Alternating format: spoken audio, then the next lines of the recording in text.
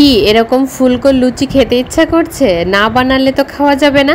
চলুন আজকে এরকম ফুলকো ফুলকো লুচি বানানো শেখাই। প্রথমে আমি এখানে ময়দা নিয়েছি, 2 কাপ পরিমাণের মতো ময়দা নিয়েছি। ময়দাগুলোকে ভালো করে একবার একটু চেলে নিতে হবে।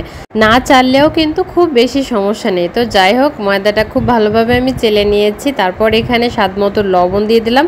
হাত দিয়ে ভালো করে একটু মাখিয়ে নিয়ে 1 চা চামচের মতো চিনি ব্যবহার করেছি। টেস্টটা অনেক ভালো আসবে। আর 1 টেবিল চামচের মতো এখানে ঘি দিয়েছি। আপনারা চাইলে কিন্তু সাদা সয়াবিন তেলটাও ব্যবহার করতে পারবেন। তো এখন ভালো করে একটু মাখিয়ে নিচ্ছি। ঠিক এরকম হলেই বুঝবেন যে আপনার ঘি বা তেলের পরিমাণটা একদমই ঠিক আছে। তো এখন এখানে নর্মাল ঠান্ডা পানি দিয়ে এই গোলাটা গলে নিব। অল্প অল্প করে পানি দিয়ে আমি একটা নর্মাল এরকম একটা ডো করে নিয়েছি, নরম আর কি।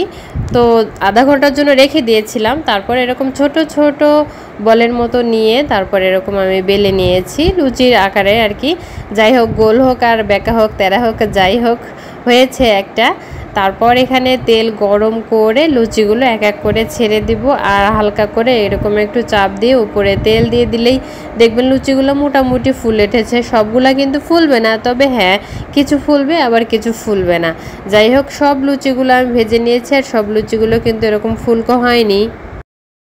আপনারা যদি কেউ চান যে একটু নরম লুচি খাবেন, সেক্ষেত্রে কিন্তু তেলের ভিতরে দিবেন আর উঠাবেন। আর কেউ যদি চান একটু মচমচা খাবেন, তাহলে কিন্তু এরকম একটু কালার করে ভেজে নেবেন। তাহলে ভাঙার সময় দেখবেন একদম মচমচা আর খেতে কিন্তু বেশ ভালোই লাগে, দুটোই ভালো লাগে। তো আমি আজকে একটু মচমচা করেই ভেজে নিয়েছি, একটু গাঢ় কালার করে ভেজেছি। এটা মাংস দিয়ে খেতে বেশ ভালো লাগে। তো লুচি ভাজা হয়ে গেছে, এখন শুধু খাওয়ার পালা।